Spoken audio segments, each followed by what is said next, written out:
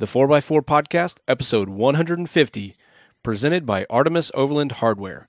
Whether you're going to start a trip to Tierra del Fuego or simply hitting the forest roads in the Ozarks for the weekend, Artemis Overland Hardware has just what you need. Visit online at artemisoverland.com or visit their awesome showroom in Springfield, Missouri. You're listening to the 4x4 Podcast, the podcast all about four-wheeling, overlanding, off-road racing, and the outdoor lifestyle. We talk about news, tips and tricks, answer your questions, and interview big and little names in the off-roading world. So whether your rig is busted and you're in the shop wrenching on it, or you're on your way to the trail, join us and we'll keep you plugged in on topics to help you get away. Here are your hosts, Dan, Craig, and Rich. Well, hello, gentlemen. How are you doing this evening? Oh, are we recording a show? I know. It's been a while. Yeah, I'm not even going to go back and look and see when the last time we recorded was, but I just know it was a long time ago. I'm sure somebody's going to let us know how long it was. Yeah. So this is a really good show that we've got planned. We've had this interview lined up for a while, but before I introduce that, we'll give you a quick teaser on what we got coming up in the news area. Of course, the Tesla Cybertruck is kind of dominated the news cycle, so we're going to talk a little bit about that. We're just going to skip through everything that you already know because unless you've been living under a rock, you're probably familiar with what the Tesla Cybertruck is. And so we're also going to talk about a bunch of off-roading magazines are no longer going to be printed, and then an off-road expo where there has not been one in the past. We're going to talk some winter wheeling, snow wheeling tips. We've got a product spotlight from Trax, something that you may have not seen before.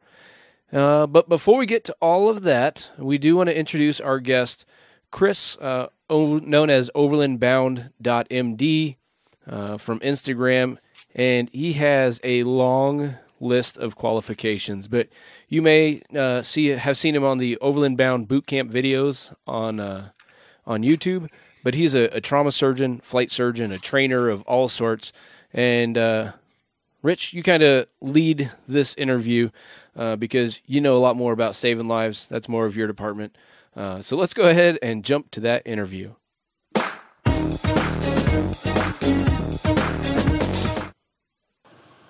Tonight on the podcast, we have a very special guest. We have Chris Solis, who's known as Overland Bound MD. And we're going to be talking we get a lot of questions on the show talking what kind of medical care and things like that we should be concerned with out on the trail. But before we start talking all the medical stuff, I'd like to get to know you, Chris. And again, thanks for being on the show. So yeah. Can you tell me a little bit about yourself and why it's relevant to the off-roader world? So I'm a general and trauma surgeon. And I do a lot of surgical education for non-medical people in our hospital and the community, as well as I'm the medical director and a flight surgeon for our regional parks, police rescue helicopter that provides 24/7 medical care to people in the park. And it's relevant because when we all go out, and by nature, no pun intended, our getting off grid is dangerous. It's more dangerous than being in on grid, where we've got access to 911 and EMS. And what ends up happening is if you get hurt out in the backcountry, it's a lot bigger deal. The smaller the injury. So it doesn't take a lot to become quickly dangerous for somebody. So most of us are willing to spend thousands of dollars on our rigs, and we all want to go out and we want to buy cool stuff and slap it on. And some people are even willing to go as far as get training in how to safely recover and use their rigs and repair their rigs. But what I found is most people, because of time, commitment, and finances, don't get training in medical care. They honestly just buy a kit, anywhere from a $20 Walmart off-the-shelf kit up to these $500 supposed, we can get into that later, but, magic bags of you're now cool and can take care of things. And then what ends up happening is they feel this false sense of security because they're out in the woods with this really expensive kit and they don't know how to use it and they don't know how to be effective in what they do. So what I like to teach people, and we'll get into that, of course, is that everybody can do something to help somebody when you're out in the backcountry. And you really just need to have that confidence in what you do. And then that's it. You can actually save a life. So the relevance is that we're all at danger when we go out in the backcountry. Yeah, that's very insightful. And that's just the confidence alone can help a lot. Just because clear heads make good decisions. And that's one of the things that training provides. Like we talked about right before I start, you're in the business of saving lives. My business is not necessarily the same, but it all comes down to the training and being comfortable when adversity hits to be able to make those good decisions. So I'm going to hand it off to Rich a little bit because he knows a lot more about the medical stuff. He's kind of our resident expert on the show. So, Rich, I know you've got some questions lined up. I do. Many people have probably seen your videos on YouTube on the Overland Bound channel. They've got that boot camp series, and you've got several really informative videos out there covering basically anything from allergic reactions to burns, all kinds of stuff like that. Can you tell us a little bit about those? Yeah, so I teamed up with Michael from Overland Bound a couple of years ago for the medical stuff, because what I was realizing is that on the forums that the people were asking questions, and the people answering the questions were answering based on their level of training. And unfortunately, it was a very specific one type of answer to one type of question. And when you step back and you have sort of the experience that I have and the training and the education I do, you see that's going to lead people down a rabbit hole and get them into trouble instead of actually helping. They're probably more likely to hurt. And there's a lot of reasons to that. So I reached out to him and I said that we need to kind of corral this and have a uniform approach to how medical topics are handled in Overland Bound. He asked me if I'd be willing to own that section. I said, absolutely. So we created the medical ambassador and we started getting information out there. And as I started making videos with him, I realized that it's easy to make a major topic video. What do I carry in a kit? This is what you guys should, I think you should carry and why you should carry it. But not everything warranted the big production kind of video. So I created the On Call with Chris series, where it got turned into the boot camp series, where I'm at the hospital, I've got a couple minutes, let me just put out something that's real basic for everybody. And that's the concept, is that if you listen to the video, you should be able to do something by the end of it in 5 to 7 minutes. And it's just for that topic, and it's a standardized approach. And if you go watch all of them front to back, you'll learn that all the approaches are always the same. And we'll get into this, but it's that ABCs of trauma. So no matter what's going on with somebody, you do the airway, the breathing, the circulation, and you end up confident that what you're doing is at least helping. And so trying to get as many topics as possible covered is where I've really been going with this. We've had a lull over the summer due to some staffing issues at work, where I'm basically working twice as much as normal and haven't had the time. But people seem to like them, so hopefully we'll get some more series out this fall. Yeah, they're very nice, very concise little nuggets of information that I think are actually spurring people to probably go out and get a little more information on top of it. It's like, well, that's interesting. Let's go find out some more information. Yeah, I'm kind of hoping that they, it's enough information where if you were faced with that situation that video covers, you could do something, but to spur enough to make you go out and say, hey, I really don't know enough to just maybe feel super confident, and then go learn a little bit more about it. So I get a lot of questions, good questions from people after watching it, and it's good to see that they've taken what I've said to heart and really tried to apply it to what they've got going on in their own world. Okay. And you've got a couple of videos also that you're comparing your trauma kit versus your first aid kit, and you've actually go so far as to have, I think you call it a base camp kit, right? Yes. Yeah. So tell us a little bit about your difference between, I do the same thing. I don't have 3 kits. I have 2 kits. Tell us your philosophy on that. So, it's like anything else. It's like anything you use or carry in your rig is a tool. It's a tool to do something. And if you need a hammer, you're going to go grab the hammer. And when you have a hammer, you know what that hammer does. In the medical field, it's kind of the same thing. And if you've got a trauma situation, an acute injury, life-threatening type of situation, you really just need the equipment that you need to do something in that event, in that scenario, immediately available. And you don't want to be pulling Band-Aids and aspirin out of the way to get to your airway stuff, to your bleeding stuff. So you really need that trauma kit, and that's where you handle the ABCs. You can do CPR, breathing, and stop bleeding. And we can get into it, but the reality is there's not very much you can do in the backcountry, but you can do something. And so as long as that trauma kit is easy to get to, you can take care of those emergencies. That's important. And then the other non-emergent stuff, and that's where the base camp kit comes into. That's going to be somebody sprains an ankle at camp, or somebody gets a cut, but it's not a traumatic event. No one's dying. Everyone takes a breath. You clean the wound properly. You dress it properly. And medical things. Everyone wants to. They like the gore and the blood and the guts and stuff.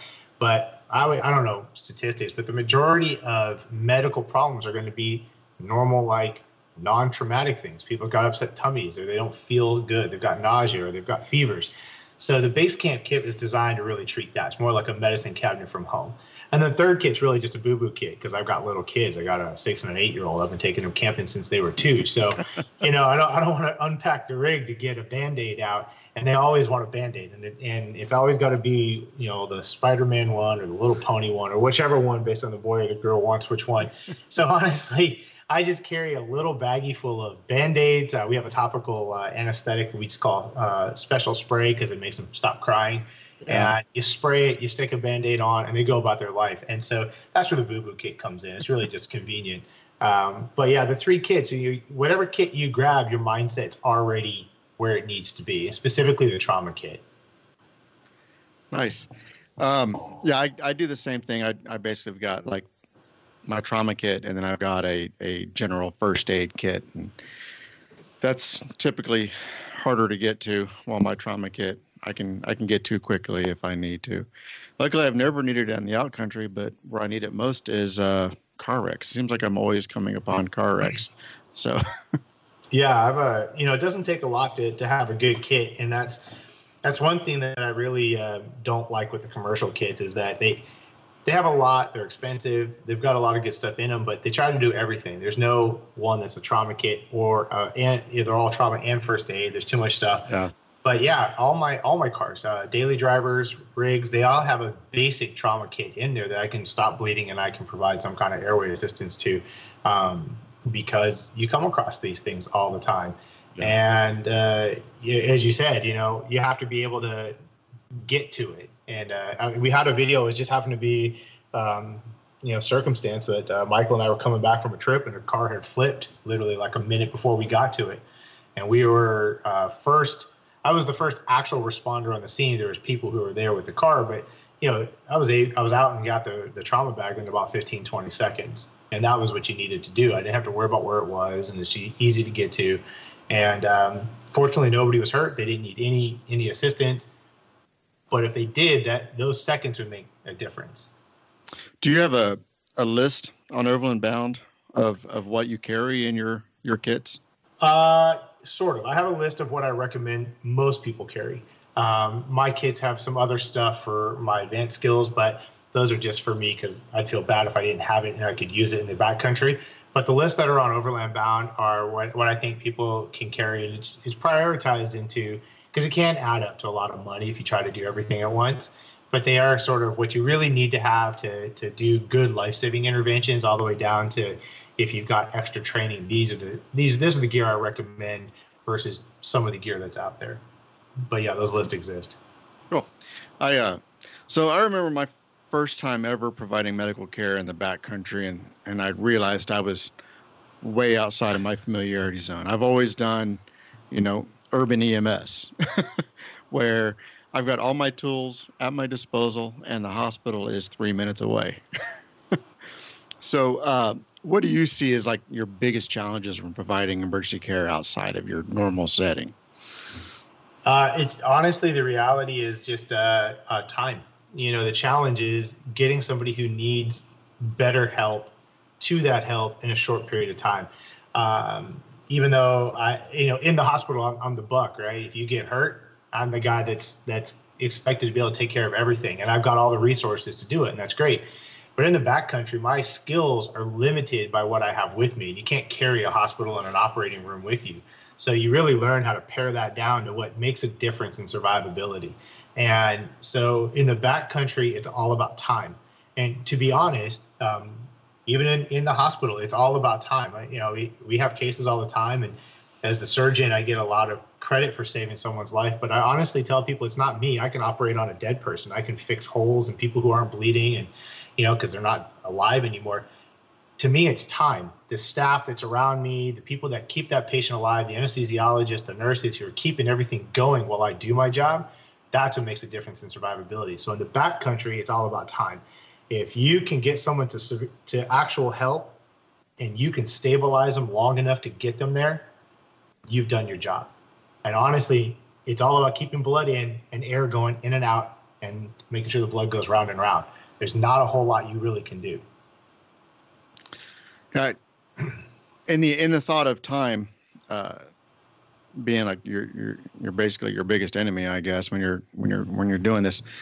So I always recommend somebody carry some type of communication, something more than a cell phone, whether it be a spot or a dorm or a sat phone. What do you carry with you? So actually, I have the DeLorme InReach, which I'm fixing right now because it won't talk to each other. As we found it in the last trip, but I have a two-way texter. I used to have the one-way texter, and then we had kids, and my wife wanted to make sure that she can get in touch with me as much as I can get in touch with her. But absolutely, calling for help is really sort of the first thing you need to do. It's what they teach in CPR in the urban world. And so what happens is, if you're out in the backcountry and someone gets hurt, you really need to look at somebody and say, call for help. And that somebody has to be a sat phone. I like the two-way texters because they have the SOS feature, and usually those are, they're monitored, and you don't have to worry about someone answering, and it just gets picked up and off you go. So calling for help, making sure you assign somebody to that task is probably the first step. Then it's scene safety, right? You want to make sure that nobody else gets hurt trying to take care of these patients. So once you've established scene safety and that help is on its way, then you can get to the patient themselves. Yeah. And that, to me, the time thing goes even more so than just your traumas. If you've got, in the medical field, we call them your time critical diagnoses, your strokes and your heart attacks, stuff like that, which can happen to not only older people, but younger people too. But having that, being able to contact help quickly, that's key for those instances also. Yeah. Time is always going to be your enemy for life-threatening disease. Right. So in one of your videos, you talk a little bit about CPR, and honestly, it's one of the questions I probably get asked the most. When you're out in the backcountry, how long should you perform CPR? I get asked that too. There's no good answer. The books, the American Red Cross will tell you, go until you can go no longer, right? I mean, that's what they say. I'm going to tell you right now that if you've been doing CPR for 20 to 30 minutes and help's not close, and you've never had that person regain any type of pulse, the chance of them having a meaningful recovery are almost zero. And that's anoxic brain injury, and anything that goes along, anoxic being not enough blood to the oxygen in the brain. But basically, you run out of time, right? So CPR, I would say if you've been doing it for 20, 30 minutes and you just don't see any hope and you can't keep going, you should stop. But there's a psychology to giving up on, because whoever you're traveling with is probably a friend of yours. Right. So there's a psychology to giving up on your friend. So I never tell anybody a hard time. After 30 minutes, it's probably not useful. But if you want to do CPR for 2 hours until help shows up, then do CPR for 2 hours until help shows up. Yeah. I just don't want to do that.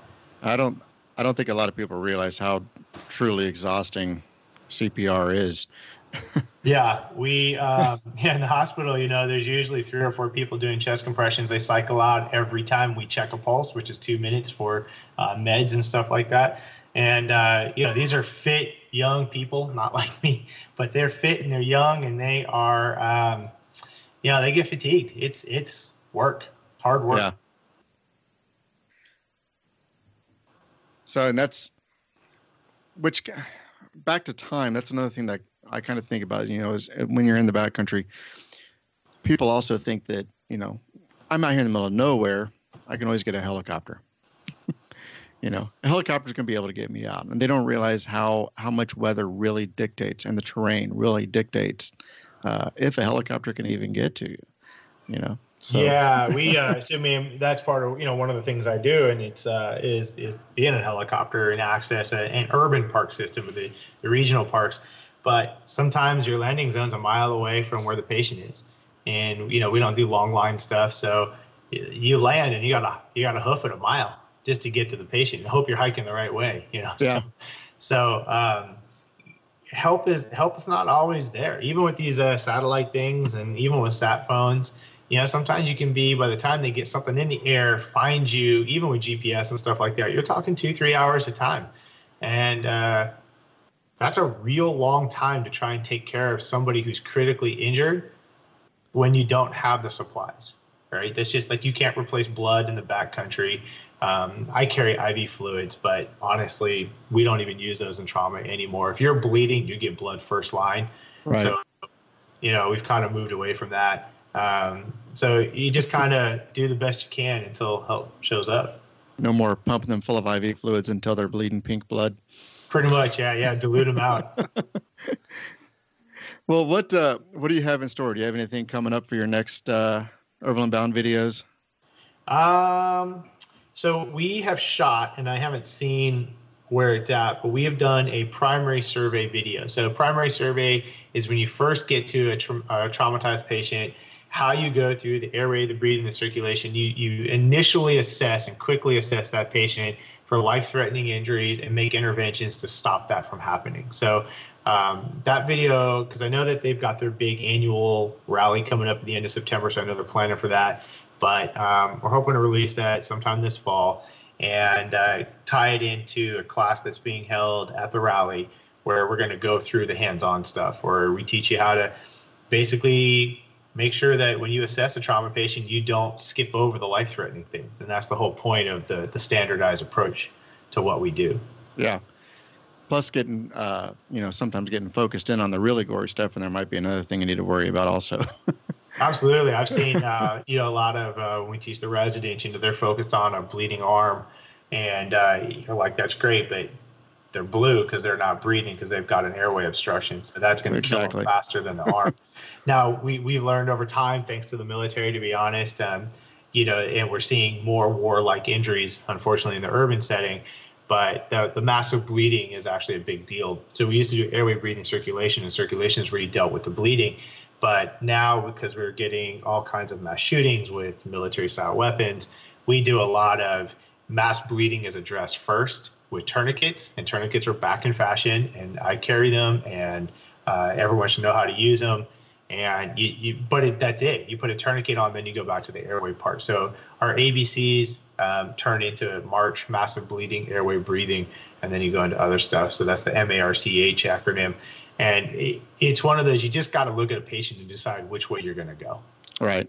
And that comes with experience. But honestly, if you don't know, pick one and go with it. That's fine. And that's the standardized approach to everybody. So what I like to teach is that you don't have to remember every specific thing you're supposed to do for each type of injury. You just have to know either how to spell March or your ABCs. And if you can do that and you can work your way through a patient, you'll be fine every time. Cool. Well, that's all I've got for you, Chris. Dan, do you have any other questions? Yeah, so I guess just to roll back, we've mentioned, your Instagram name is Overland Bound MD. But there may be somebody in the 4x4 podcast audience that does not know what Overland Bound is. You want to give a little sales pitch for that? Sure, yeah. So Overland Bound started as an online community that turned into a real community of people who just like to get out. And their real catchphrase, they got a few of them, but the one is, it doesn't matter what you drive. It's not a club. You don't even have to be a member to do anything. There is a membership option, which gets you sort of like more stuff, but I think it's like $20-something one time, and it's not an annual fee.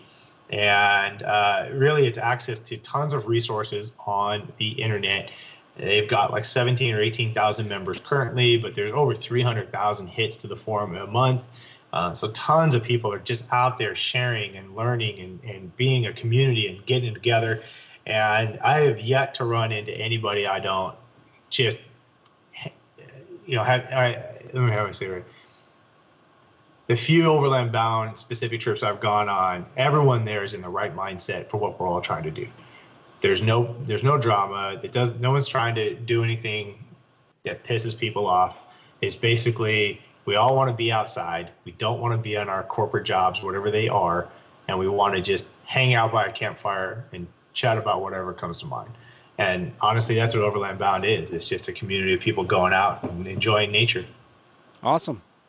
Well, Chris, I really appreciate you coming on the show and just kind of, you've got a wealth of information, and we've barely even scratched the surface. So I'll have links in the show notes here to all the videos that you've created.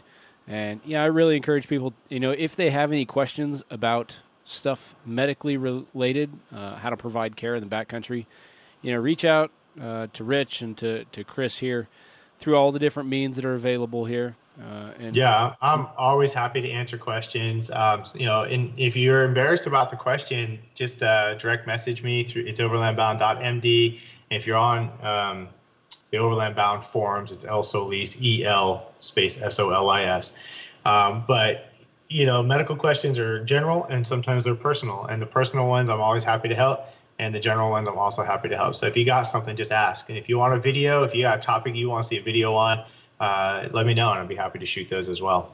Awesome. And where is it you're located? Because there may be a possibility that somebody come across you on the trail, because you do have a pretty recognizable vehicle as well. I have a pretty recognizable rig. Yeah, I'm actually in Livermore, California, and like to kind of get out into the Sierras a lot and drive that thing around to take the kids to school in it. They get a kick out of it. Oh, I'm sure. So yeah. But it's it's fun. Whenever you come down here to SoCal, maybe we'll hit some trails together. Definitely, yeah. My brother's down there, so I got to get him out doing stuff. There you go. All right. Let's bring this back to 4x4 podcast related stuff and tell us a little bit about your rig, too. Okay, so I have a 1989 Defender 110 Camel Trophy truck. It was an actual Camel Trophy pre-scout truck and went off to the Himalayas and pre-scouted the 1991 event, which didn't take place due to a political coup. And then it went off to a museum and then became part of a driving school and was used in the 1990 Dutch Camel Trophy trials. And then it sort of has an interesting history between that point and how I got it, which I'm actually not allowed to talk about due to legal reasons. No joke. So not involving me, but so I ended up with it and have done my best to sort of maintain its history and authenticity, but also make it more reliable on the trails and things like that. And have kitted it out in such a way that I can basically jump in it and take off for a week or weekend and just be good to go. It's a very unmistakable rig. If you see it, you know it's him. So yes.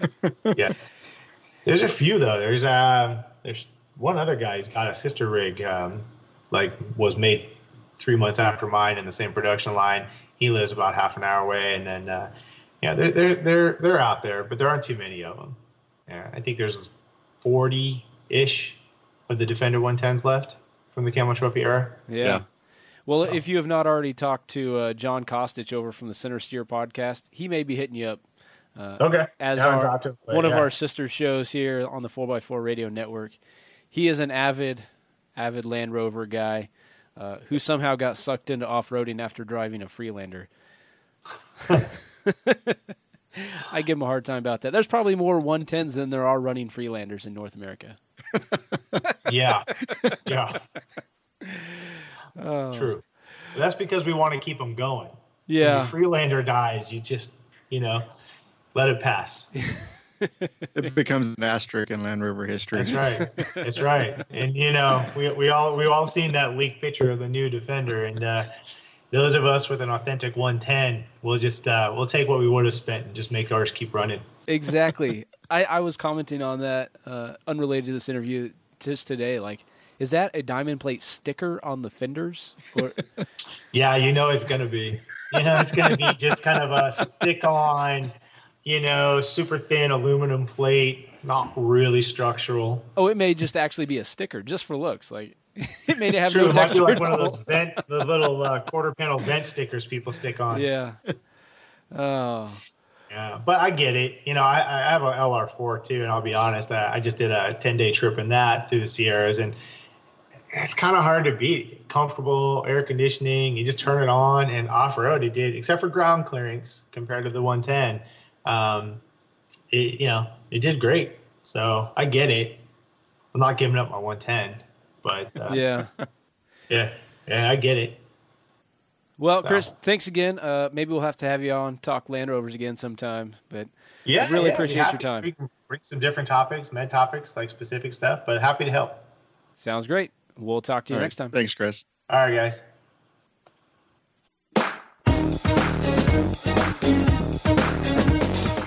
All right. Thank you, Chris.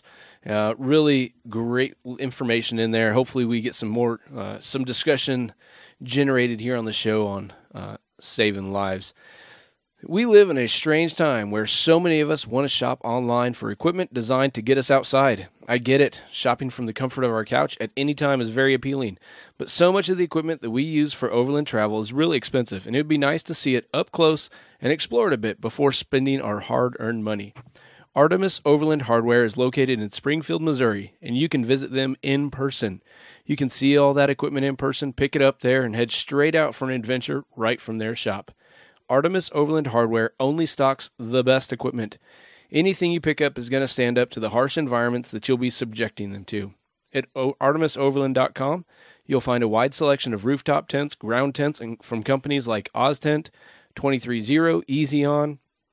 You can outfit your camp kitchen with a SnoMaster Fridge, a Tembo Tusk Skottle, one of my favorites, or a stove from Kovea or Front Runner. Artemis Overland has a large selection of camp furniture as well as roof racks for a wide range of vehicles. Recovery gear, winches, lights, solar power, dual battery systems, action tracks, GPS units, and much, much, much more can be found at artemisoverland.com or at the brick and mortar store. Artemis Overland Hardware is one of the very few approved Goose Gear installers and Ironman 4x4 dealers located in the central United States. Whether you're going to start a trip to Tierra Del Fuego or simply hitting the forest roads in the Ozarks for the weekend, Artemis Overland Hardware has just what you need. Visit online at artemisoverland.com or visit their awesome showroom in Springfield, Missouri. So I want to go back. So one of the things we haven't talked about is the Kovea stoves. Have you guys used any Kovea stuff before? I haven't, no. So Not me. It's funny. I was going through some of my camping gear and backpacking stuff that, just as I was organizing the garage, and I came across a backpacking stove that I bought in Australia 20 years ago. No, more than 20 years ago. Holy cow. It was a long time. And turns out it still works just fine. This is long before Jetboil was ever a thing. And it has the automatic igniter, the piezo igniter things on it, and it still works. All right, now to the news. And Rich, I'm going to let you start this one off because it seems to be a lot closer to where you're at. That's what's exciting about it. It's actually close to where I'm at. We never have these off-road expos anywhere in the center of the U.S.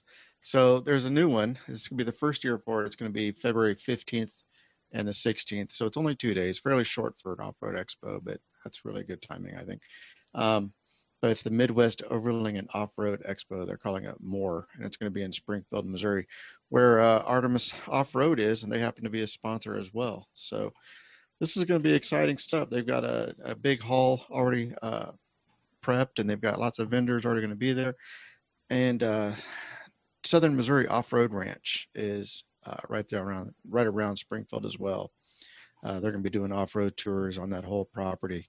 So the website is moreexpo.com. It's MOOREEXPO.com if you want to head there and look at some of this stuff. I'll be heading there in February also to cover it. So they'll be sending me some press credentials and hopefully getting some good interviews out of it. That's awesome. I'm looking at their website right now. Have you been to an expo before? I can't remember now. I've been to expos, but never been to an overlanding expo. So that'll be the first for that. Yeah. So in terms of looking at the seminars and courses that are set up, there's navigating the Ozark National Forest using Gaia. That's going to be helpful. Radio communications basics, from handheld to emergency, powering the adventure, DC to DC charging. Oh, hey, I'm going to need you to go to that one and pass me your notes. Yeah. Let's see. Make a long video. Yeah. Coffee. Take your fuel- video camera on. That's going to be a good one. You may have to, let's see. Does it say who is? Oh, David Walls from Overland Power Solutions. I've seen his Instagram. I have not had a chance to meet him in person at overland-power.com. So that's going to be a good one. Let's see. There's one on coffee. That's kind of exciting. Yeah, and you know what he's Kinda using? sucks I quit drinking coffee 6 months ago, but I have to pick it back up again. Well, you notice what this picture is featuring, though. It's the Jetboil AeroPress combo. Yes. That is my my setup of choice. Bike packing the Great Divide. Oh, that should be That'll entertaining. be interesting. Yeah. Topographic map reading. I know most people probably aren't familiar with reading topographic map, even though that's one of the things I do every day. Summiting Kilimanjaro. Oh, man. First aid kits, safety and security while traveling. And there's probably going to be more, but that's awesome. Yeah. All right. So I'm February. excited. I think it's going to be a good expo.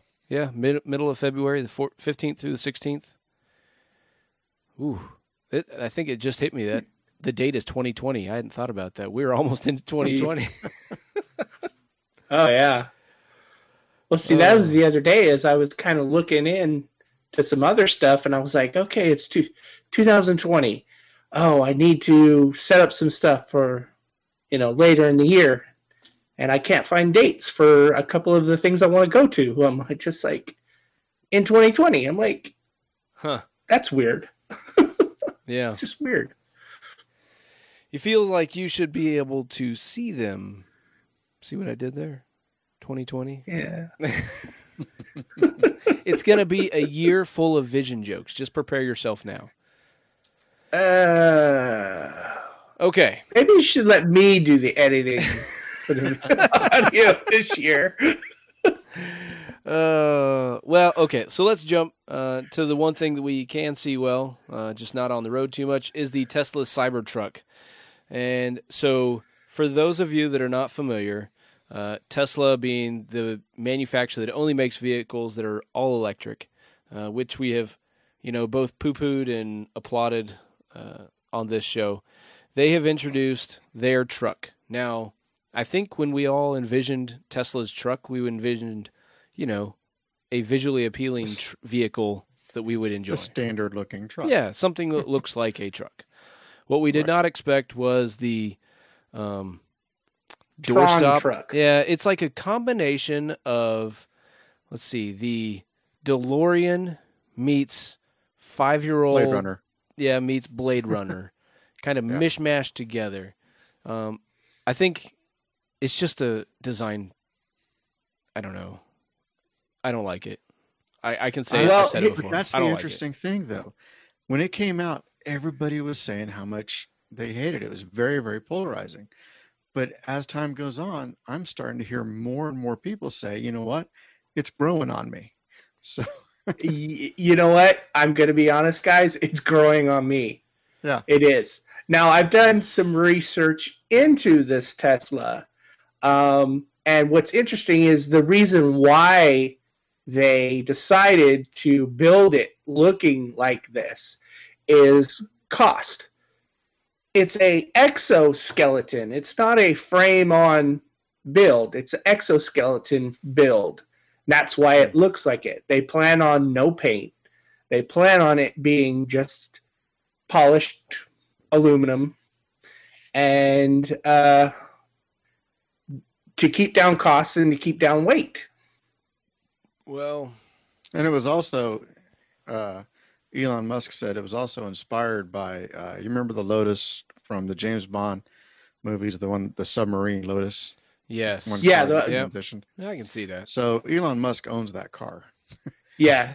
And the Cybertruck was actually partially inspired by that Lotus. So, well, interesting. So anyways, the pricing is pretty remarkable for what it is, at least if it actually goes on sale for what they say. Pricing. Yeah, the proposed pricing. Base model starting at $40,000 basically. And then that's the one motor. That's a single motor. Right. Yep. 40, 50, then 70. Yeah. Yeah. So, and the 3-motor one, haven't talked about like where the motors are arranged, have they? No, they haven't. No. Yeah, so there's a lot that we don't know about the Tesla yet. Just the fact that it's ugly. But max payload, that means in the bed. I assume that means in the bed plus passengers, right? It would have to include passengers. Well, yeah. So 3,500 pounds, which that is more than the F-150. And this is, we're alluding to the fact that, the Tesla does have direct head-on competition with the 15 or the full-size trucks market. In the 1,500. Yeah, in the 1,500 range. F-150. So Tesla is claiming that it can tow 14,000 pounds, which is more than the F-150. I think that may be more than the 1,500 Ram trucks and the Chevy GM twins. So it was not long. I didn't watch the full video, but did they do that towing competition? Well, they did the first one. They did the one with the F1, the rear-wheel drive, or the four-wheel drive that wasn't in four-wheel drive F-150. Yeah, that got a lot of the. That was a tug of war. Yeah, the tug of war one.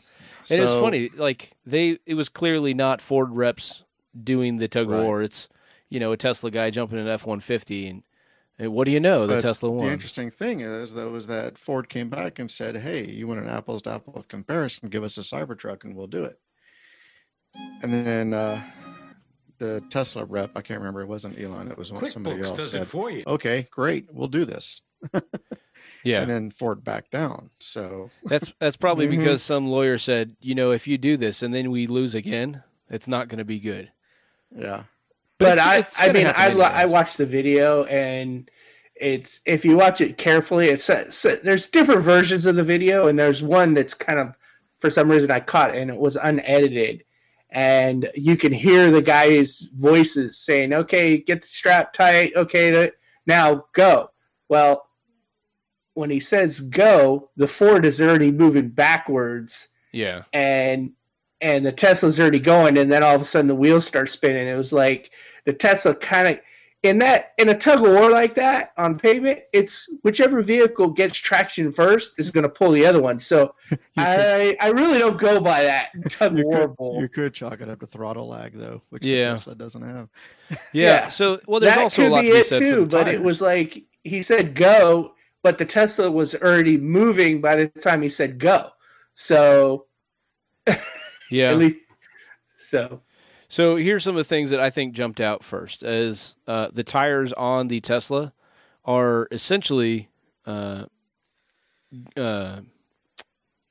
BF Goodrich. They're Goodyear. They look like off-road tires. Well, they're Goodyear MTRs with, the wheels have like a weird like hubcap overlay or something that gives it a futuristic look on the outside, but the tread pattern and everything is the Goodyear MTRs. Which is a softer rubber compound than those highway tires that are designed for, top fuel efficiency on the F-150. So there it's got that advantage. The weight distribution, that Tesla is probably a lot closer to 50-50. 50-50 than the 40 is. Yeah. Oh, yeah. Way closer. Yeah. Totally agree. Especially with an unloaded bed and everything. So I don't know. I'd be interested to see, like, let's give the Tesla and the F-150 to a, disinterested third party that knows how to operate all the systems and put it in use, and then do a fair side-by-side, or, not side-by-side, but bumper-to-bumper pull, as it were. So if Dodge, Ford, Toyota, and Tesla, you're listening, we volunteer to do that test. Just send us the vehicles. Yeah. So here you can clearly see the tires that I'm talking about on the cleantechnica.com article that we have linked to in our show notes at the 4x4podcast.com/150. There is a picture of a press event where they were given rides in the Tesla. And that is a very distinctive tread pattern that most off-roaders will immediately recognize. So, yeah. I was also watching some other videos on the Cybertruck where they could, of course, they haven't got really a hold of one of these things so they can take it out and do their own testing, like some of the car magazines or some of the car shows. They take it out and they beat the snot out of this thing. So they decided to take a Tesla X and test it with a 4,400 pound trailer, and did a bunch of testing with it and realized that the battery towing cuts the distance in like almost half of what the car. Oh, yeah. So it's really weird that you can have an electric car with all that torque, but because you're pulling a trailer, you lose half your distance. So in this, it can pull 14, or towing capacity is 14,000 pounds for the Cybertruck, according to this article I'm looking at. But which Cybertruck are they talking about? It must be the tri-motor one for $70,000 to be able to pull 14,000 pounds. And according to Tesla's website, where you can order one of these, you can get almost 500 range. So you're going to only get like 250, 225 before you have to stop and charge it up again. And here's a funny thing. So I don't know how many of the Tesla charging stations you see in your neighborhood, Rich, but Craig, I'm sure you see them around your area all over the place. I see. Well, yeah, where I live, it's Tesla Mecca here. Yeah, I mean, I've delivered to the Tesla where they're built. Here's a question here in Fremont, California. How many of those Tesla charging stations have you seen that will accommodate a vehicle pulling a trailer? None. So this is like the challenge that's going to continue to face electric vehicles until it really, takes over gas, is the infrastructure. So we're still trying to reinforce these electric charging station and the network of the chargers, and now we have to, make the concession that we also have to accommodate vehicles pulling trailers. It's going to get tough. Well, and what's interesting is I have actually seen the Tesla semi driving around, and it's transporting between the Tesla warehouse in Livermore and the Tesla plant in Fremont. They actually have one of their own trucks. It's being tested, and they're using it as a transport truck. And I would be really interested in trying one. Yeah, I mean, their semi-truck does look pretty slick. It's very futuristic, but you can still tell. You sit in the middle. Yeah, it's a semi-truck. It still has that overall look. Whereas this one, the Tesla, the Cybertruck, looks more like a Pinewood Derby car than a pickup truck. Well, that a 7-year-old put together. The semi-truck, I was looking at it. I found an article on the Tesla Tre, TRE, the semi. Yeah. And it says its range is only 248 miles.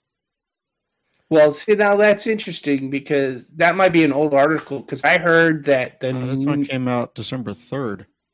December 3rd? Yeah. Okay, because they said that they had the one that, because I guess there's the Tesla is actually in LA, and that's where they do all their unveilings down in LA. They sent the truck from Fremont all the way down there, and it didn't need to be recharged to get all the way down there, and that's a 300 and something, probably a 350-mile trip. Maybe it was not towing a trailer. Maybe it just drove down there. Well, I think this is a European I think this is for the European market. I don't know. Interesting. It's a confusing article. Yeah, because they say that averages they can get 500 miles to a charge. Well, in any case, it is a brave new world we're living in. The Cybertruck definitely will kind of change the game in terms of electric vehicles. So I still prefer the overall look of the Rivian. The Rivian does not have the same experience and back-end support that Tesla has. The Tesla just brings kind of a lot of wasta behind it. So I think the proposed cost of the Rivian is quite a bit higher than the Tesla, too. It is. And ultimately, this is a consumer thing, and the price does matter a lot. So maybe that's the thing that Tesla's trying to do, is just get there first with the cheapest price and then dominate the market there. And then Tesla Cybertruck 2.0 will look more like an actual truck. So we can hope, right? I don't know. I kind of like the Cybertruck. Oh, crap. We're already losing. Well, it's the fact that Tesla has been around, what? When did they start? 2021 or 22? The Cybertruck? No, I'm talking about Tesla as a brand. Tesla itself.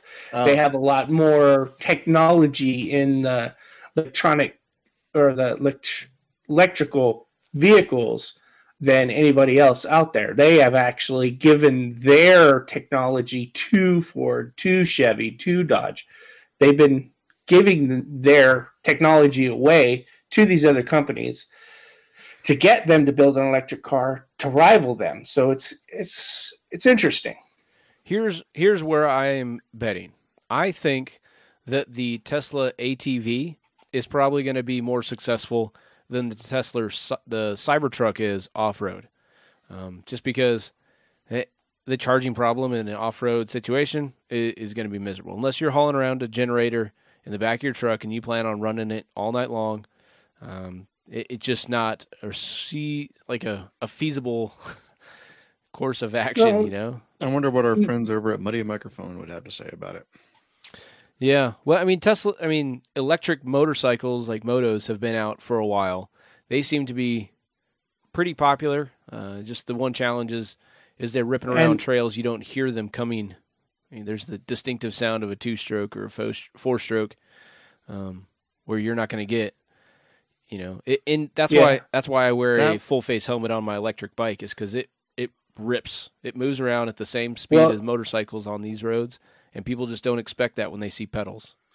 I think that would be so awesome, being able to go off-road just with no motor noise and no engine noise whatsoever, just absolute sounds, just the sound of the tires. Yeah. That'd be cool. I think it was the expo you and I met up. Yeah, they had that electric side-by-side. Yeah, they had the side-by-side that was electric. And they didn't want to be classified as a UTV because they weren't a UTV. They were a electric truck, as they wanted to put it. I can't remember the name of them. But, yeah, they're out there. And he says they're really easy to charge off a regular generator, So it's just going to take forever. That's the nice thing about my electric pedal power bike, is that, when the electric battery runs out, I switch over to Taco Power and just pedal it myself. Well, that company also was talking about that they would have electric jet skis. That would be cool. They were coming out with an electric jet ski, possibly. So it was the electric age of vehicles is here. We can't ignore it. Yep. It's are we going to fight it or just, kind of live with it? It's just one of those things that I feel. Yeah. We all had this disdain against electric vehicles. What was the phobia people used to call it? Range anxiety. Oh yeah. I'm sure that's still a thing. Yeah. And I think a lot of people are getting over it. Yeah. I personally am getting over it. Well, I'm willing to give it. Before I was not willing to give an electric vehicle a shot. yeah. Now I am. I would say electric vehicle would 90% of the driving I do, I could easily do within the range of electric vehicle. Yeah, as long as overnight. Yeah. Yeah, I mean, most of my driving right now until I need a vehicle to tow my Jeep to go back and forth to work, and if I got my motorcycle, Yeah, but still, I can use that or an electric car, and it's not that far. It's one thing to be able to get to and from work when you know the route and you kind of recognize the traffic patterns and everything, but it's another thing completely when you're talking about going off road where it's a lot of things no charging could happen. stations And P.S. no charging stations. So yeah, it's something it would have made sense to me just to put the Cybertruck on some highway tires for the reveal, but those are boring and look silly, so that's why they put the Goodyears on there, the MTRs. Well, don't forget the Cybertruck also has those optional fold-out wings too for solar charging. Yeah, fold over the bed. Come on, here's the kicker, though. It's like what you do most of your driving during the day. Yeah, you can't really to charge it overnight. At night. It can't. Yeah, it's the solar-powered flashlight joke all over again. Yeah. Well, speaking of they're also saying that there are some things that the Tesla vehicle will.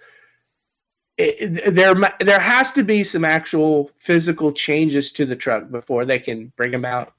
But you can go on Tesla's website and you can order one of these trucks right now. So they will be on the road, and surprisingly, from something I've gotten, some of the research I've done, the Cybertruck has actually beat projections of sales for the truck already for orders through their website. Yeah. Well, don't forget, those are also refundable deposits. Yeah, too. those are $100 refundable deposits, and all it is reserving your place in line to actually spend the money to buy one. So that's easy. At first I was thinking like all these people that I know are like pre-ordering a Tesla Cybertruck like already.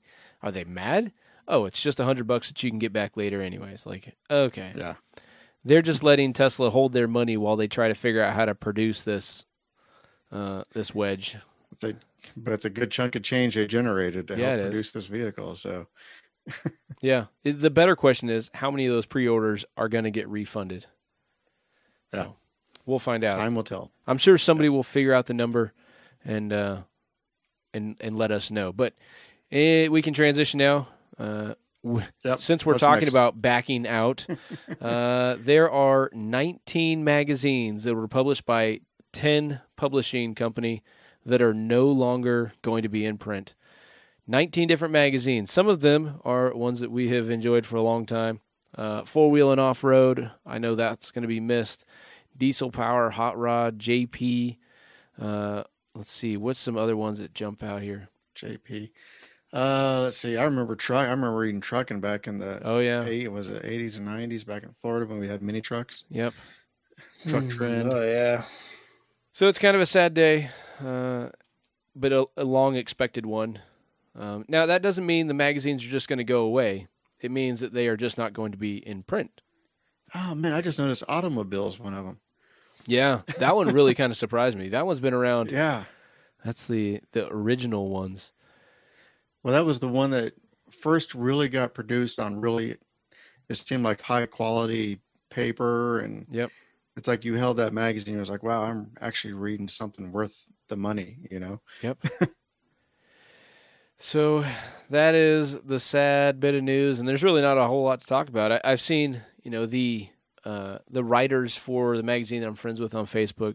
They're all kind of talking about it and lamenting how it's a sad day, but the good news is they're still gonna, they've known it's coming for a long time, and it's good to see that Motor Trend, which is not a service that I subscribe to yet, they're taking up a bunch of the stuff and a lot of the cool videos that those writers put together, like dirt every day, those are going to continue there.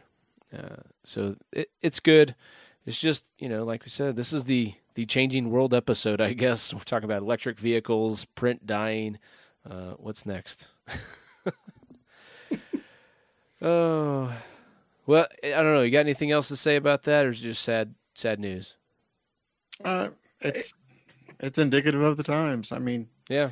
I think we all knew it was coming. Yeah. It's so much easier. Just pick up your iPad and download it. You don't have to wait for it to get sent in the mail. Yeah. You just get a little notification that, on your thing. Oh, okay. Now you can start reading through it at your leisure. You don't have to wait for it to get delivered. It come to your house and it's soaking wet because it'd been raining, or the mailman didn't care. It's ripped in half, and I think the real killer of it was there's too much good content that's readily available on the internet, and that's where people go to now for the information. Content that they could listen to while they're driving to work or in the gym or working in the garage. Something like a podcast. Oh, well, all right. So let's go ahead and push on and to something more exciting, such as snow wheeling. Something I don't get to do so much anymore down here in Southern California. But we do have some experience with it here on the show, and we wanted to share some of that with you. So, Rich, I think you actually dropped this in as a show topic idea. Is there any specific tips that you want to share? I was really kind of hoping you'd pick up the slack, because we haven't had snow in Kansas in probably forever. Yeah. It's been a long time since we've had any real snow, it seems like. Well, Thanksgiving Day, we got some snow here on the Cajon Pass, kind of just outside L.A., coming out to the high desert, and it shut the highway down. It was closed for 8 hours, but I did see some friends going to explore some of the other areas here in the Mojave, getting some snow wheeling. And so here's some of the things that first came to mind. And I'm going to not give a all-intensive list because I want to kind of solicit some feedback from some other folks. But first off, like any other time you go off-roading, go prepared to stay overnight or possibly longer. And the snow is there. That means it's cold, so you're going to want to have some warm sleeping bags or something like that.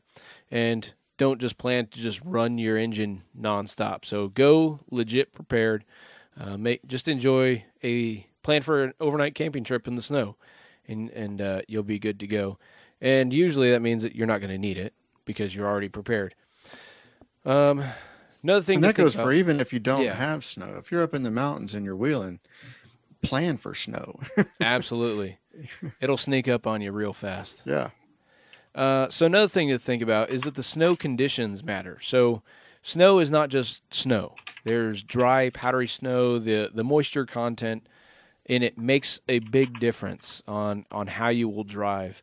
That light, fluffy powder stuff, it won't pack down or anything. And so you don't have to go with the same momentum that you normally might. But, tire pressure is also important. Just like any time you're going off-roading, lowering that air pressure down.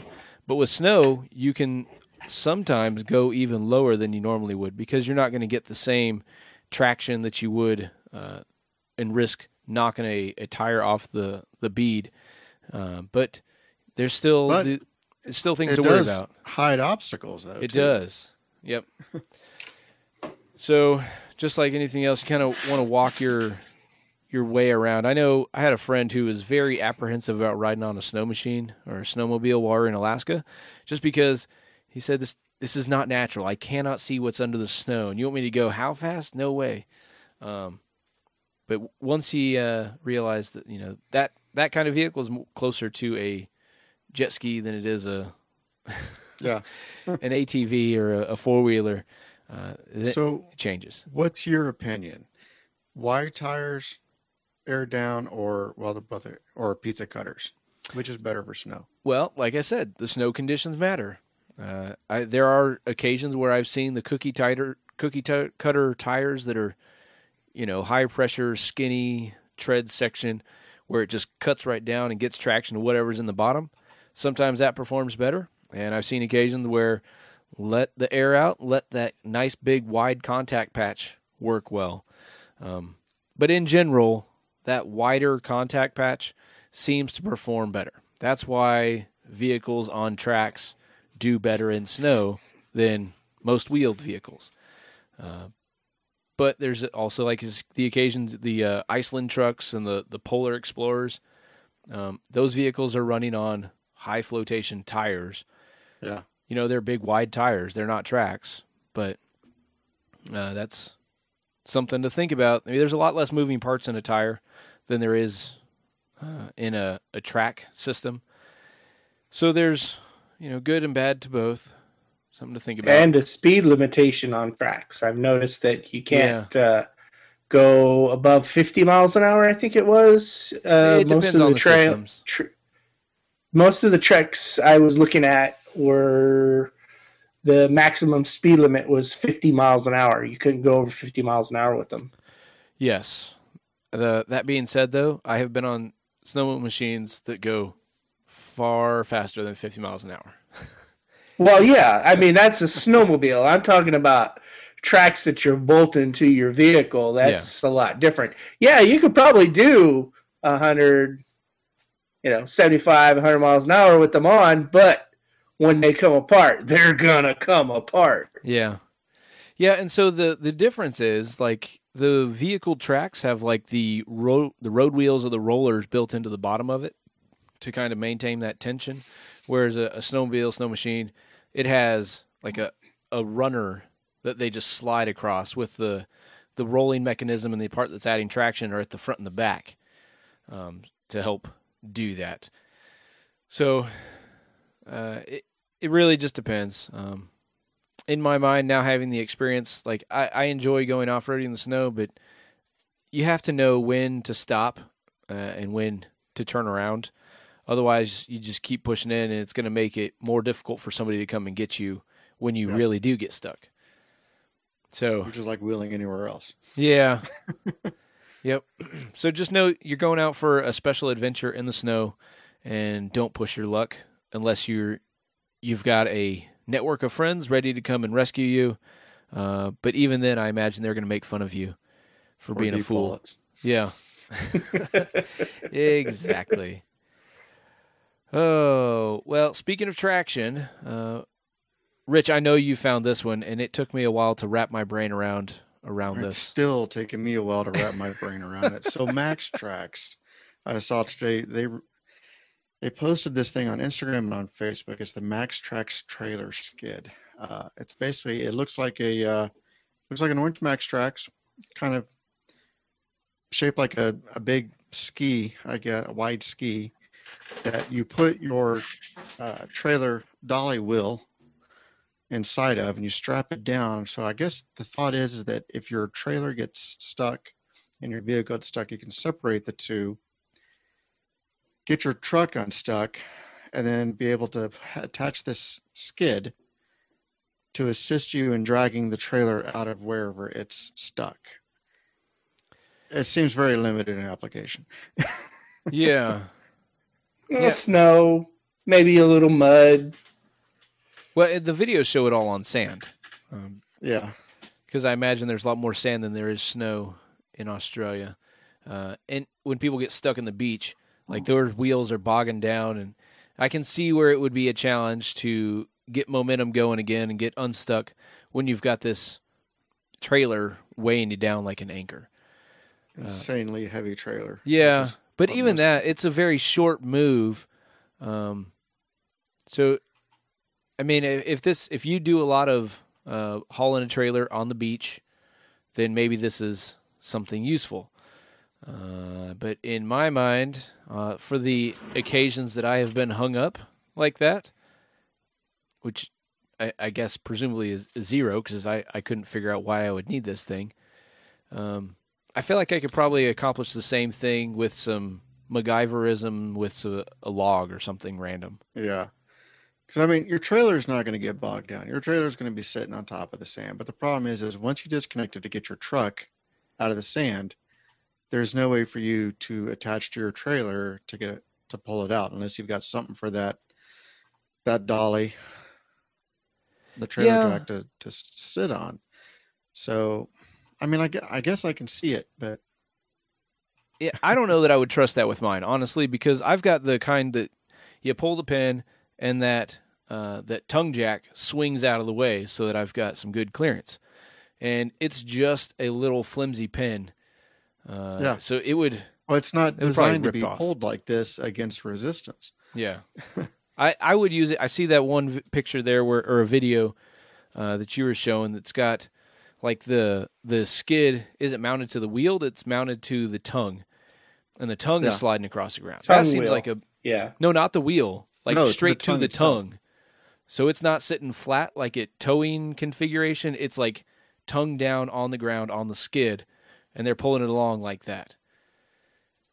So, but when I think about the times where I've been concerned about getting hung up, it's on tight, twisty trails or technical crawls where I'm not going to be using that skid anyways. So, I don't know. It feels like a solution looking for a problem. I may have to reach out to my friend Matthew, who I think is affiliated with MaxTrax still, and maybe he can fill me in on why I need this. Yeah. But this didn't come out at SEMA. I think he left MaxTrax though. I don't think he's with them anymore. Well, I'm going to be honest. I'd be lazy. I'd leave my truck hooked up and have my buddy just pull me out. Yeah, with the trailer on myself. Yeah, assuming you have a buddy there. That's what I'm saying is I wouldn't be going without a buddy, so I'd be lazy. I'd just leave my trailer hooked up and have my buddy pull me out. I'm going to have to go back to that Instagram picture and read in the comments, or maybe just ask MaxTrax myself. Why does this feel like a solution looking for a problem? Well, hopefully we'll see more video. Like I said, it just came out today, so yeah. December 8th. So hopefully we'll see more information from MaxTrax as it comes out. So, okay. Well, I think that's it. I didn't put any feedback or iTunes reviews in here. So let's go ahead and jump into the garage. I will lead off here with Craig. You're up first. I see there is something in your line on the show notes. There's something there. Yeah. What do you got going on? After getting into the transmission, found a lot more problems. I must have burnt that sucker up bad. So I just bought a new transmission. Well, how about that? Is it just bought it's a rebuild. Okay. I got a rebuild from a company in Texas. They have great customer service. After I ordered it, they wanted to make sure I got the right transmission. So they called me, and we went through the things, and I ended up giving them the wrong measurements because I didn't really understand what he was talking about. And they sent me the wrong transmission. Oh, no. So I sent it back yesterday, and I sent them an email, and then I'm going to work with them to see how well their customer service is about getting me the proper transmission. So it wasn't as simple as pull a model number and everything. And is it a different? No, I gave them. I mean, when I went on their website, I ordered the one that said for an '89 Jeep Wrangler. Well, when they called, they wanted to confirm some things, and I thought I was confirming him correctly what he wanted, but apparently not, because by giving him the information he asked for, I've measured the output shaft, not the input shaft, and by mistake, because I was in a rush, and I didn't realize it until after the transmission was shipped, and I'm like, oh God, I hope he got it right. And apparently I ordered the right one, but by giving him the wrong measurements, they sent me the wrong one. Well. So we'll see how well that goes. So I'm excited to get that transmission once it gets in, get that Jeep back on the road. Try to get try to get into some shows. For some reason, I am trying to find the dates for King of the Hammers, but I can't find them. Oh.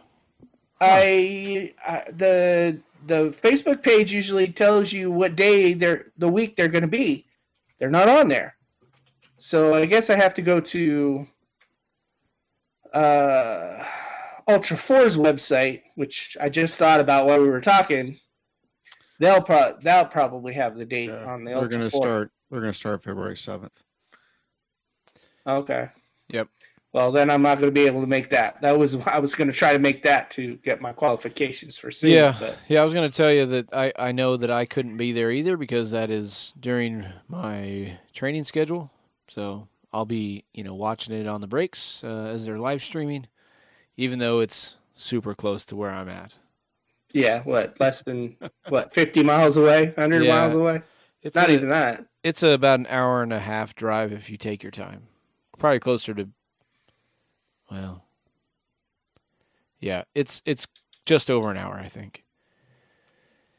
So I may sneak out there. I've got some time off here for Christmas. I may sneak out there that's close enough to do a day trip, hit some of the trails and everything, and get a group together to go explore. But I know I won't be there for King of the Hammers. Okay. Rich. Well, it is a whole week. You can probably sneak out after work. Oh, no. There is no after work during that training schedule.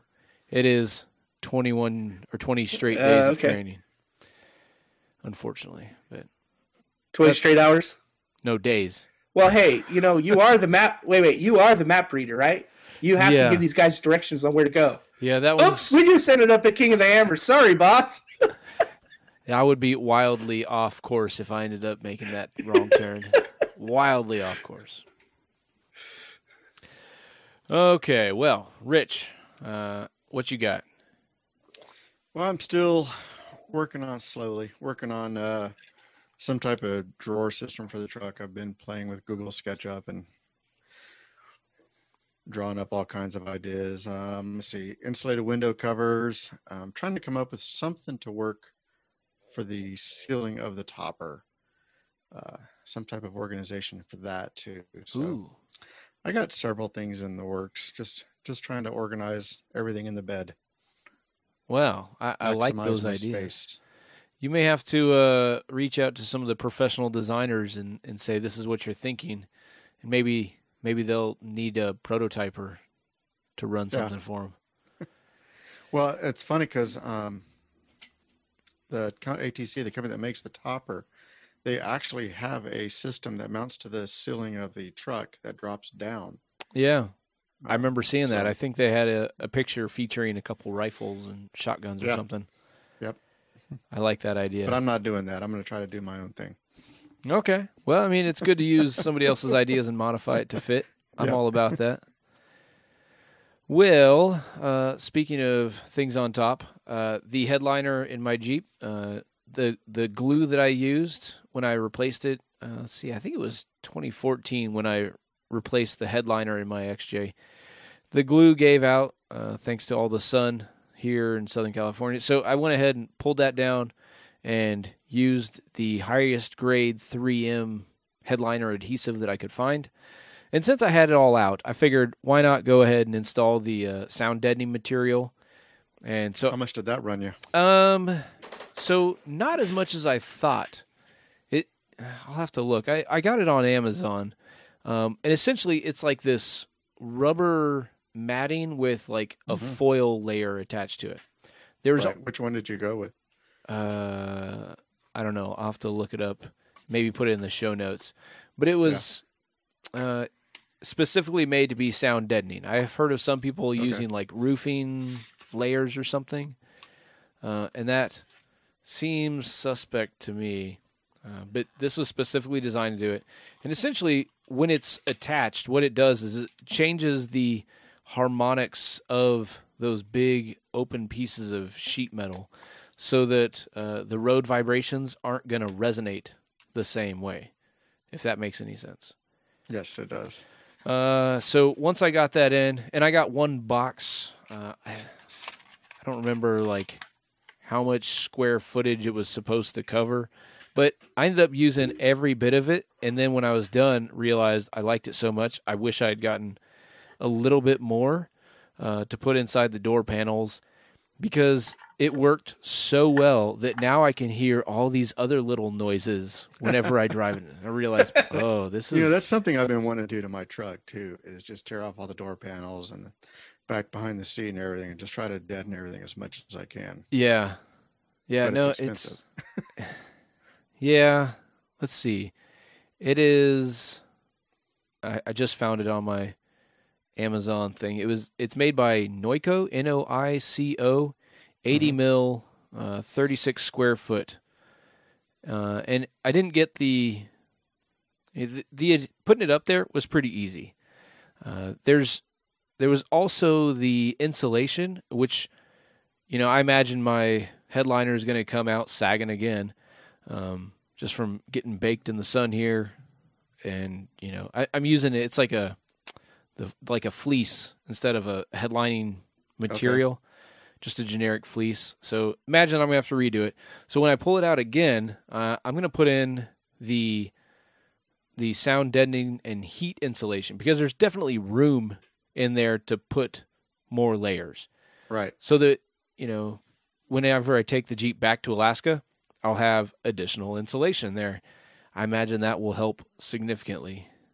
Well, next important question is, when you ordered these, did you use the 4x4 Podcast Amazon affiliate? Oh, yeah. Sure did. Okay, 4x4podcast.com/Amazon. Is that the one you're talking about? Yes. Yes. Yeah. Yep. Definitely works well. And, you can have a nice conversation with the passenger and you're not screaming. So then I realized, maybe it's time that I actually replace the stereo, because the stereo, as soon as you turn the volume up for anything louder than a whisper, it starts to power cycle. So there's something wrong. I thought there was a short. Couldn't figure it out, and I figured, let me just go ahead and replace this with a stereo that has Bluetooth. So Amazon Audio or Amazon Android Audio? No, so I looked at that. Those are pretty expensive. And since I don't actually use my stereo a whole lot, I think I spent $30 on this stereo. It may have been the cheapest one you could find, but it has Bluetooth. You could get a stereo for $30 anymore. Yeah. It has no CD player, has no tape player. It is just Bluetooth, auxiliary. I guess it's got SD and USB. How many stereos were in this trunk from the guy that you were buying it from? This came from Amazon. Whatever legit, maybe it fell off the Amazon truck before it got to my house. I don't know. But it's nice. Like, I feel like I'm living in modern times now. You get in, you turn it on, and it automatically starts playing wherever you left off on your podcast or music or whatever. Cool. It's on for $30. Now, it's fairly recent. It hasn't been off-roaded a lot. Who knows how it's going to hold up to it. But the fact that it doesn't have all the mechanisms in there to play a CD, like, it's so much lighter that it's just going to do better off-road. There's no moving pieces in it. I'm pretty sure it's going to work nicely. Solid state drive, it's definitely going to work better. Yeah. Because I've looked at some of actually on my Jeep, I had bought a nice stereo with CD player and all that stuff, and I'm like, this was stupid, because I'm going to beat the snot out of this Jeep. I'm going to beat the snot out of this radio. And really what I could have just did was bought a motorcycle setup, which would have been waterproof. Yeah. And, well, marine, but no, the motorcycle, there's one specifically made for motorcycles that you plug in your cell phone and it charges your cell phone and it, or your iPod, and you just hook it up that way and it plays music. So, and I'm like, that would have been so much better to use, because the speakers would have been waterproof. With a Jeep with no top on, probably would have been a really good idea. But instead, I went the dumb way and bought big old amp, nice stereo, big speakers, Oh, well. Which is never a good idea. No. Especially for a Wrangler. Yeah. Yeah, with no top. So I've had enough stereos stolen out of Wranglers to know. Yeah. So when this one gets stolen, I'm just going to buy something that I plug in under the seat, and we'll leave the wires hanging out of the dash. Yeah. So Well, this they can see that stereo, there's no stereo there. this stereo replaced one that was installed, I think, 12, 13 years ago. It long overdue. It wasn't the stock one, but it was a sad replacement back then because the original one was stolen. Stupid. I had a truck once that the radio got stolen out of. I've had countless Jeeps I've had radio stolen out of. So finally what I did was I left the hole in the dash where the radio was with the wire sticking out, and then I installed a stereo in the center console. Never had a problem after that. That's amazing. Well, so when I did that, I also the speaker in my driver door has not worked in, I don't know, a decade or so. It hasn't worked for a very long time. And so I figured, you know what, since I'm doing all this, maybe I'll go ahead and figure out what's going on with this. And I figured out there's a bad cable going somewhere, and there's two wires that go from the stereo all the way through the inside of the dash, through the door, and I'm not going to trace that wire. I figure, okay, I know it's a bad wire, so I just ran a new one, and now I have all my speakers work. Perfect. And since I had the door panel off, I also looked around, and I've got power mirrors, and there's a extra wire that goes to that, and it's in fact a speaker wire for little tweeters. But I didn't get that option with the Jeep when I got it. So now I started looking at, I put on my Amazon wish list those little tweeter speakers that, you know, are right there by your face, firing right at you so that you can hear it a little better over the off-road noise.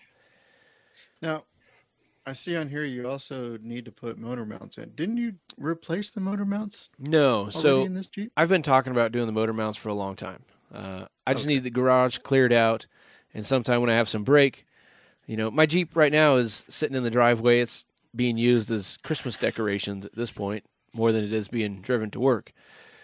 So eventually I'll pull it into the garage and swap out those motor mounts. And I'm looking at the Brown Dog motor mounts, using the rubber ones instead of the poly ones.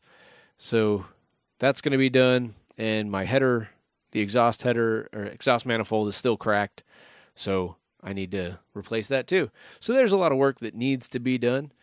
But since I'm saving, but he'll do the SID sound deadening stuff and the stereo in the driveway, but he won't do the motor mount and the exhaust in the driveway. No, I'll do that in the garage. Yeah, you gotta hit the low hanging fruit. That's easy. Doing the motor mounts, that's going to be a little more Come work. on, it's not that hot in California right now. Trust me, I know. Yeah, that's why I want to do it now before the summer comes.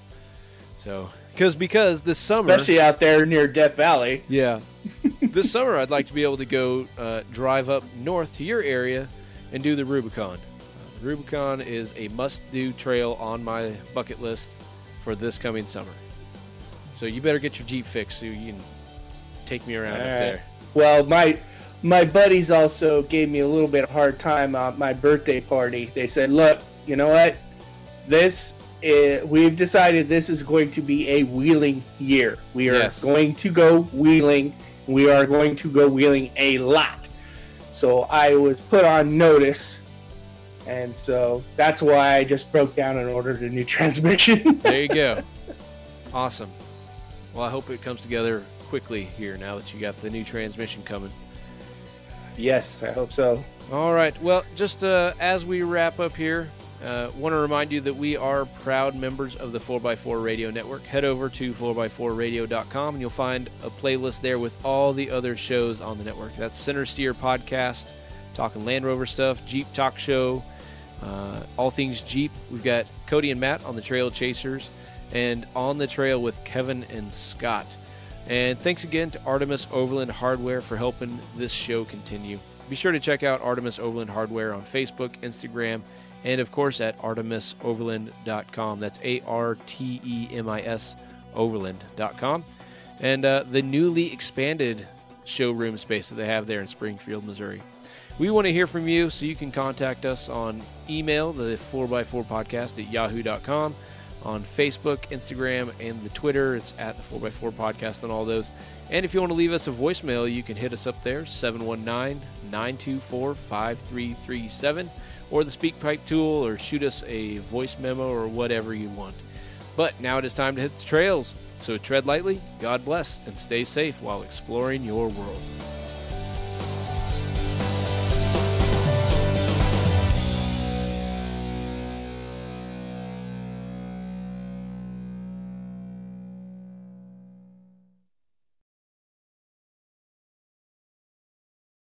It's funny, all I see is Craig's eyeballs over the mic. He's like, what was that? Tim, the Tollman Taylor? The Wilson over the fence. Wilson. I'm going to get you a hat. That's funny.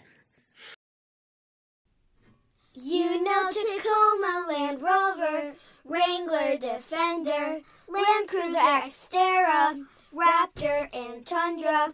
But do you recall the most famous off-roading vehicle of all? Blackie the lifted XJ had some very shiny lights, and if you ever saw them, you would even say, "Wow, those are bright." All of the other off-roaders used to laugh and call him names. They never let poor Blackie join in any off-road games. Then one foggy Christmas Eve, Santa came to say, "Blackie, with your lights so bright, won't you be my ride tonight?" Then all the off-roaders loved him as they honked their horns with glee. Beep, beep. Blackie the lifted XJ, you'll go down in off-road history.